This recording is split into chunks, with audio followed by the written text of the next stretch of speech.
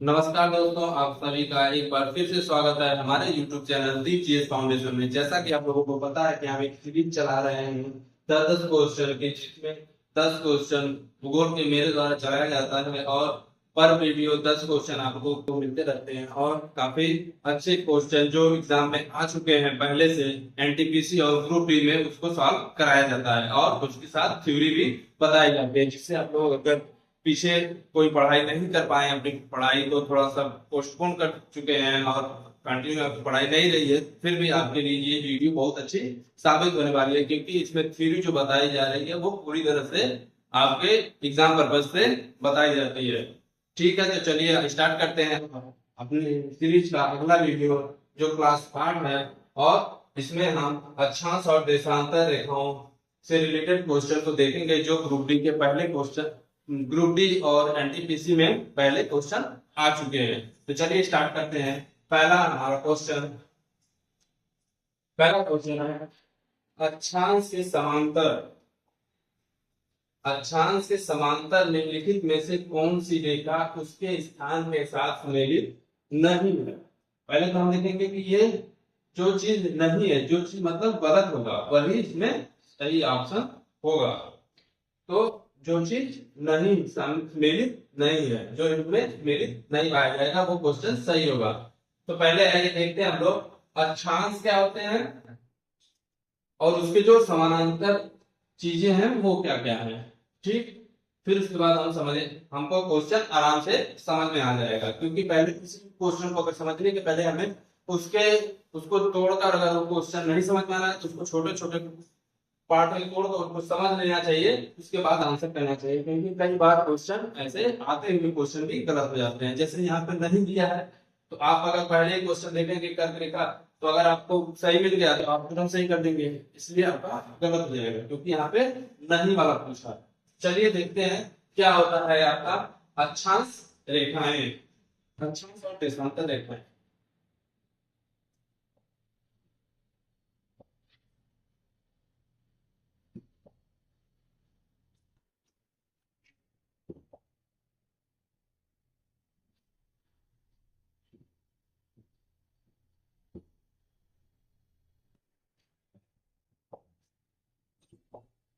चलिए, ये मान लीजिए हमारा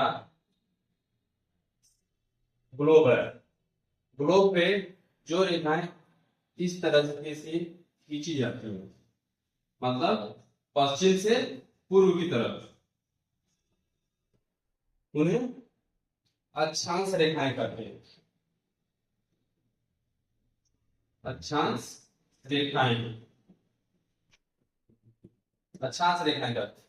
और जो रेखा उत्तर से दक्षिण की तरफ खींची जाती है पूरे ग्लोब पर, पूरे ये ग्लोब है, इसको पूरे ग्लोब पे, और ये ऐसे पूरे ग्लोब पे जो रेखाएं खींची जाती है, उन्हें ऐसे जो रेखाएं खींची जाती हैं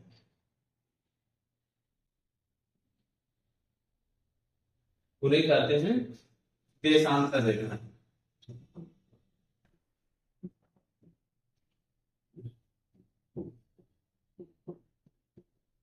आपको अक्षांश देशांतर रेखाएं समझने के लिए सबसे अच्छा ये है कि जो ये देशांतर रेखाएं होती है वो एक देश के अंतर पे होती है, एक देश दूसरा देश, ऐसे अंतर में जो रेखाएं होती है उसे देश अंतर रेखाएं कहते हैं। चलिए, इसको समझ लेने के बाद हम देखते हैं कि क्वेश्चन क्या है।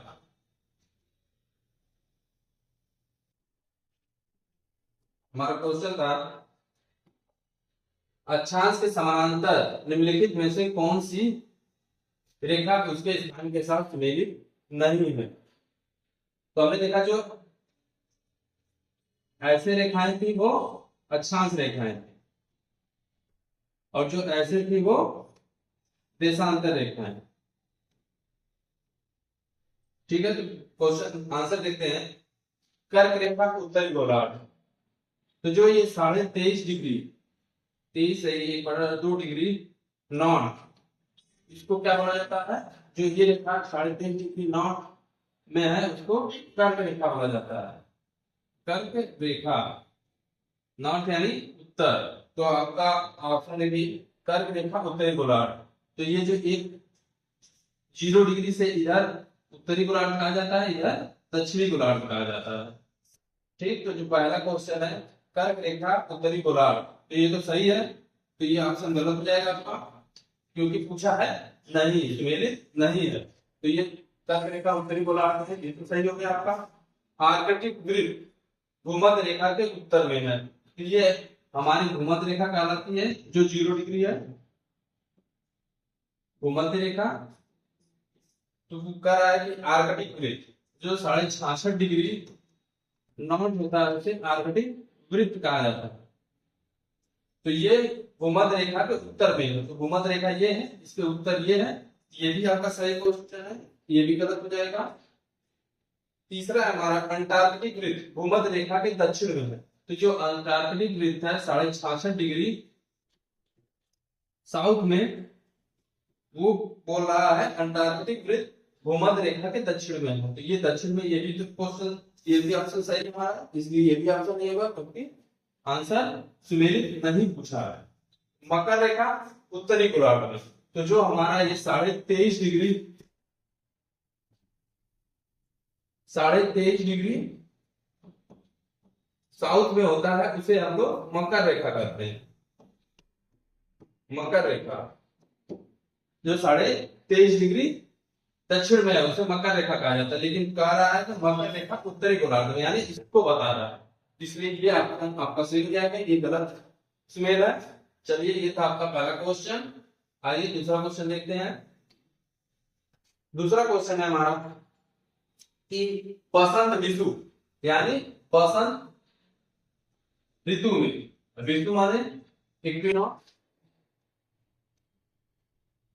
इक्विनॉक्स मतलब जब दिन और रात बराबर होते हैं। तो बसंत में यानी कि जो आपका मार्च का महीना होता है, क्या मार्च अप्रैल, मार्च में जो महीना होता है उस समय विषु, मार्च में दिन और रात बराबर, विषु का मतलब होता है दिन रात बराबर।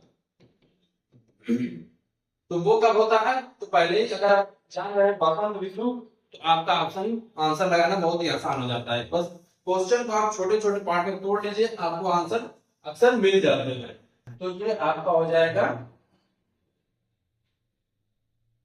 मार्च का दिया है ये 21 मार्च, ऑप्शन 2। तो चलिए देख लेते हैं कब कब दिन और रात बराबर होते हैं, कब दिन छोटा होता है, कब रात बड़ी होती है, या कब रात छोटी होती है। तो ये था आपका ग्लोब। इसे 0 डिग्री को भूमध्य रेखा कहते हैं, और सूर्य 23.5 डिग्री उत्तर और 23.5 डिग्री 23.5 डिग्री नॉर्थ के बीच में, इसको मकर रेखा और इसको कर्क रेखा कहा जाता है। इसी के बीच में सूर्य यहां से यहां तक में चक्कर लगाता है, यहां से यहां तक, एक बार यहां तक जाएगा, फिर एक बार यहां तक जाएगा, और भूमध्य रेखा पर एक बार यहां से ऐसे गया, फिर यहां से ऐसे, फिर ऐसे ही सूर्य कर्क रेखा और मकर रेखा के बीच उत्तरायण और दक्षिणायन होता रहता है। तो इसी को हम लोग देखते हैं कि जो यहाँ पे वो 21 जून को सूर्य आ जाता है, और यहाँ पे 22 दिसंबर 22 दिसंबर को यहाँ पे सूर्य आता है। क्या पूछा है कि दिन और रात बराबर होते हैं। तो जब सूर्य यहाँ पे होता है उस समय दिन और रात बराबर होते हैं, क्योंकि इधर भी दिन बराबर होता है, इधर भी दिन बराबर होते हैं। तो 22 घंटे 12 घंटे की दिन 12 घंटे की रात होती है।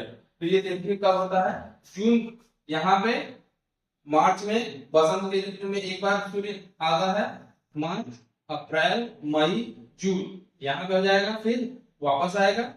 तो जून जुलाई अगस्त सितंबर, तो 23 सितंबर को,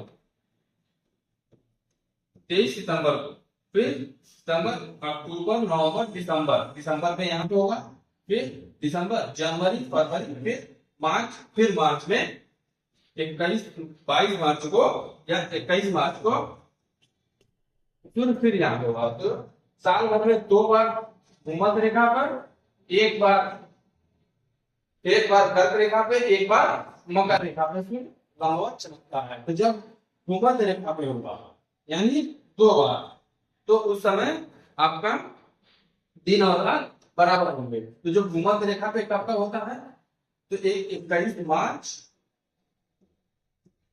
और 23 सितंबर,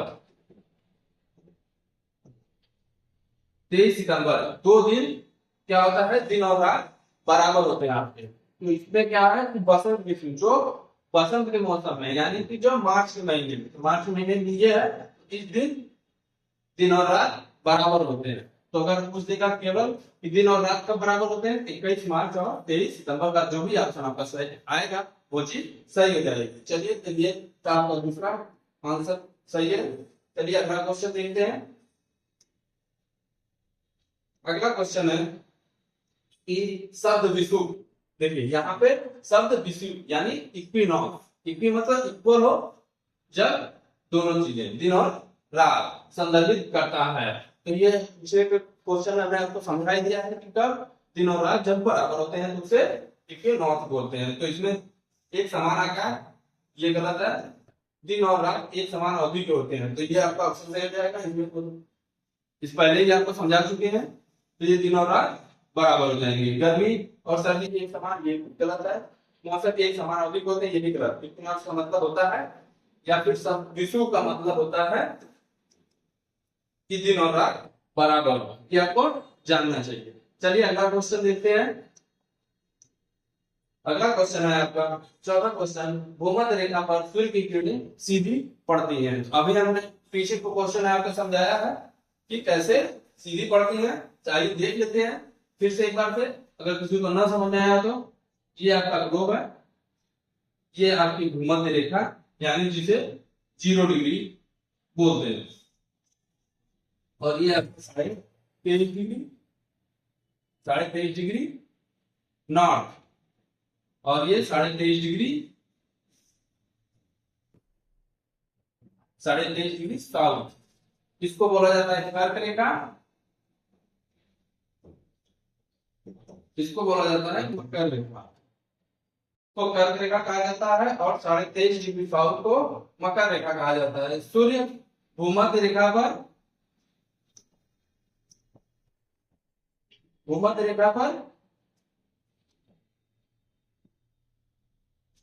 22 मार्च को सीधा रहता है, लंबवत पड़ रहता है यहाँ पे सूर्य। फिर उसके बाद 22 मार्च के बाद फिर उत्तरायण होता है। तो मार्च, अप्रैल, मई, जून में 21 जून को सूर्य यहाँ पर रहता है, 21 जून।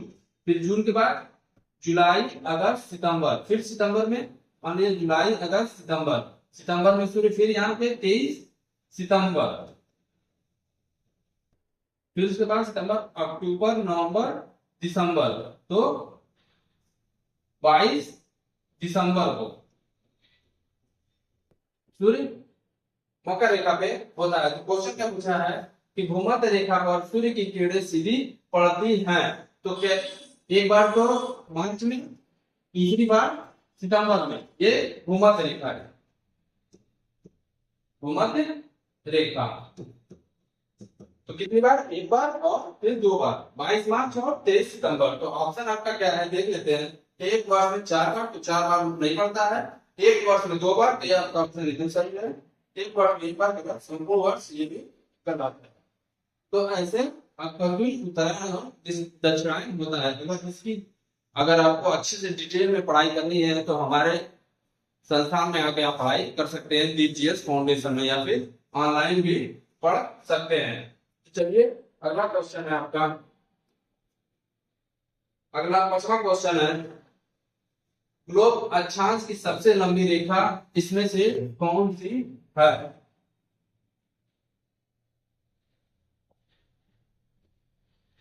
तो ये आपका ग्लोब होता है, ठीक, तो आप जानते हैं कि इसे क्या बोला जाता है,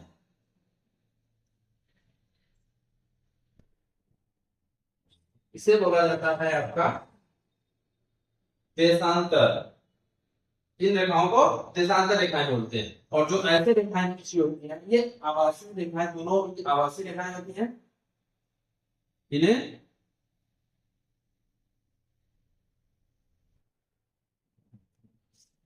इन्हें अक्षांश रेखाएं बोला जाता है, अक्षांश रेखाएं, और इन्हें देशांतर रेखाएं, देशांतर रेखाएं। तो सबसे लंबी रेखा इसमें से कौन सी है? तो पहले देख लेते हैं ऑप्शन क्या क्या है। उत्तरी ध्रुव वृत्त, भूमध्य रेखा, कर्क रेखा, मकर रेखा। ये हम देख रहे हैं कि ये चारों जो है उसमें आपका केवल अक्षांश रेखाओं के नाम दिए गए हैं। जो अक्षांश रेखाएं हैं उसको नाम दिए गए हैं। ये चारों ऑप्शन आपके अक्षांश रेखाओं के हैं। तो हमें केवल अक्षांश रेखाओं को जो सबसे बड़ी है उसको बताना है। तो केवल हम अक्षांश रेखाएं बना देते हैं। ये आपका पृथ्वी, ये 0 डिग्री अक्षांश, ये 23.5 डिग्री अक्षांश नॉर्थ, ये 23.5 डिग्री अक्षांश साउथ, ये 66 डिग्री साउथ, ये 66 डिग्री नॉर्थ। तो देखिए क्या इसको क्या बोला जाता है, भूमध्य रेखा,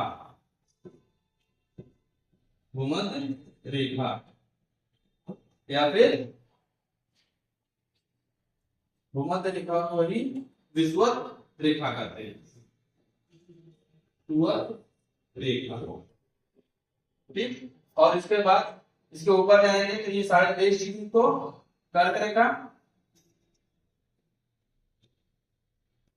23.5 डिग्री साउथ को मकर रेखा, 66 डिग्री साउथ को आपका दक्षिणी ध्रुव रेखा बोलते हैं, दक्षिण ध्रुव वृत्त बोलते हैं, दक्षिणी ध्रुव वृत्त। और 66 डिग्री नॉर्थ को उत्तरी ध्रुव वृत्त बोलते हैं, उत्तरी ध्रुव वृत्त। तो आपका क्वेश्चन का आंसर क्या होगा, ध्रुव अक्षांश की सबसे लंबी रेखा इसमें से कौन सी है? तो इसमें ऑप्शन दिया है उत्तरी ध्रुव वृत्त, ये बड़ी है, नहीं ये बड़ी नहीं है। भूमध्य रेखा ये सबसे बड़ी पाई जाती है, कर्क रेखाओं में विषुवत रेखाओं में सबसे बड़ी रेखा भूमध्य रेखा होती है, और कर्क रेखा इससे छोटी है, और मकर रेखा भी इससे छोटी है। जो बीच में है, पृथ्वी को बीच से जो डिवाइड करता है वो सबसे बड़ी रेखा है। तो यह ऑप्शन आपका बी, दूसरा ऑप्शन सही हो जाएगा। अगला क्वेश्चन देखते हैं। अगला क्वेश्चन आपका 6वां क्वेश्चन है कि निम्न में से कौन सा विकल्प विषुव, फिर से आ गया इक्विनॉक्स, जब दिन और रात सबसे दिन और रात बराबर होते हैं, तो सबसे अच्छा बड़ा है। तो हम कैसे बता सकते हैं कि कब दिन और रात बराबर होते हैं? जब जो है सूर्य भूमध्य रेखा पर होगा, ये हम पहले बताए हैं कि जब सूर्य भूमध्य रेखा पर होगा तब दिन और रात बराबर होंगे, यानी 0 डिग्री पर। तो ऑप्शन आपका पृथ्वी सूर्य के चारों ओर चक्कर लगाती है, ये तो गलत ही है। उत्तरी ध्रुव सूर्य की ओर झुका हुआ है, ये भी गलत है। कोई भी ध्रुव सूर्य की ओर झुका नहीं है। हाँ, तो ये ऑप्शन आपका सही हो सकता है, क्योंकि कोई भी ध्रुव सूर्य की ओर जब झुका नहीं रहता है तो उस समय सूर्य जो है भूमध्य रेखा पर चमकता है। और इसको अगर समझाने लगे हम तो बहुत ज्यादा वीडियो बड़ा हो जाएगा, क्योंकि हमको पूरा फिर सही से दिन और रात कैसे होता है, मौसम कैसे चेंज होता है, सारी चीजें बतानी पड़ेंगी। तो यहाँ पे बताना उसको संभव नहीं है। अगर इसको आपको जानना है तो आप लोग कोचिंग पे आ सकते हैं और समझ सकते हैं, या कमेंट में मैसेज कर सकते हैं, आपको समझाया जाएगा। ठीक है, तो फिर ये ऑप्शन आपका सी या तीसरा सही हो जाएगा। दक्षिणी ध्रुव सूर्य की ओर झुका हुआ है, ये भी नहीं।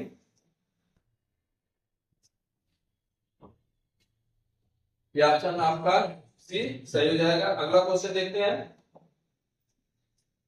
अगला 7वां क्वेश्चन है आपका, कर्क रेखा क्या है? तो हमने अभी बताया था कि कर्क रेखा क्या है, एक अक्षांश रेखा है देशांतर रेखा नहीं है, दीर्घवृत्त नहीं है, दीर्घवृत्त को क्या बोला जाता है? भूमध्य रेखा। भूमध्य रेखा, दीर्घवृत्त मतलब सबसे बड़ा वृत्त। तो अभी देख सकते हैं पहले क्वेश्चन में कि सबसे बड़े वृत्त को क्या कहा जाता है? भूमध्य रेखा कहा जाता है। तो चलिए ये क्वेश्चन भी गलत है और ये भी उत्तरी ध्रुव वृत्त ये भी नहीं कहा जाता है। चलिए अगला क्वेश्चन देखते हैं। 8वां क्वेश्चन है, भारत में किस तारीख को वर्ष का सबसे छोटा दिन माना जाता है? तो हम देखते हैं कि जब ये ग्लोब है आपका,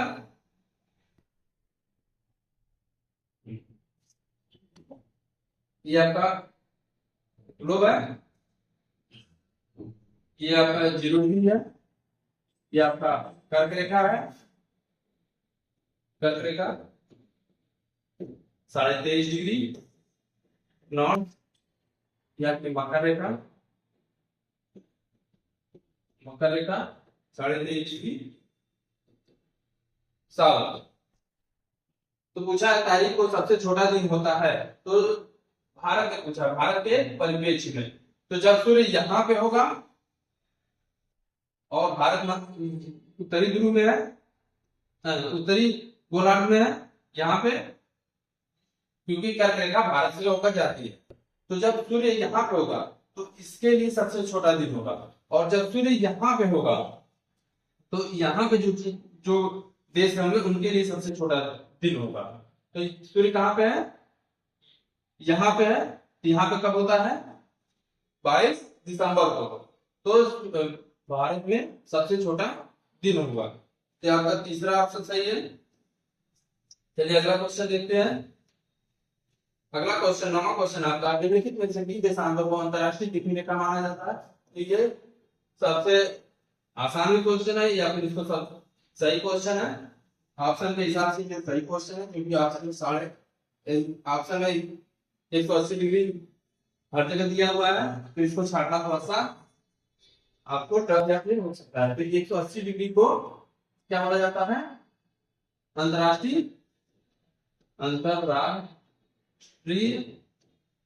तिथि रेखा, तिथि रेखा 180 डिग्री को। तो इसमें क्या दिया है? 0 डिग्री को लेकर 180 डिग्री पश्चिम। तो पश्चिम नहीं है, इसमें कोई भी चीज पश्चिम या पूर्व नहीं होनी चाहिए। ये 180 डिग्री ये सही है, 180 डिग्री पूर्व ये भी गलत है, क्योंकि जो 180 डिग्री है वो पूर्व के लिए भी 180 डिग्री है और पश्चिम के लिए भी 180 डिग्री है। तो जब पूर्व पश्चिम दोनों चीज हो तो उसको केवल 180 डिग्री बोला जाता है। ठीक है, तो ये ऑप्शन आपका सही हो जाएगा, ऑप्शन सी। अगला क्वेश्चन 10वां क्वेश्चन है, निम्नलिखित में से किस देश में सबसे अधिक यमोत्तर रेखाएं हैं? तो इसको देखने के लिए हम देखेंगे कि सबसे बड़ा विस्तार यमोत्तर रेखाएं, यानी कि जो ऐसे खड़ी रेखाएं होती है। खड़ी रेखाएं कौन सी होती हैं?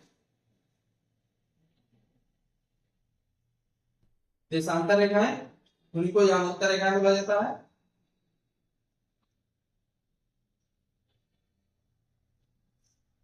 तो जिसका विस्तार ऐसे ऐसे जिस देश का सबसे ज्यादा होगा उसमें ज्यादा यमोत्तर रेखाएं पाई जाएंगी। तो जो रूस है,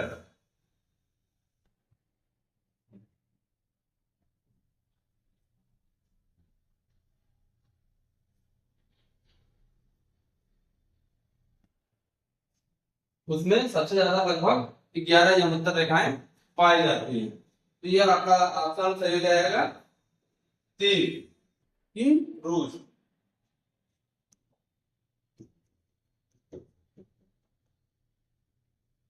ये था आपका आज का क्वेश्चन अक्षांश और देशांतर से। इसमें समझाने वाली बहुत सी चीजें ऐसी हैं जो वीडियो लंबा न खिंच जाए, इसके वजह से हम नहीं समझाया है। लेकिन अगर आपको समझना है तो आप लोग यूट्यूब पे हमको सर्च फॉलो कर सकते हैं और अपना क्वेश्चन दे सकते हैं। धन्यवाद।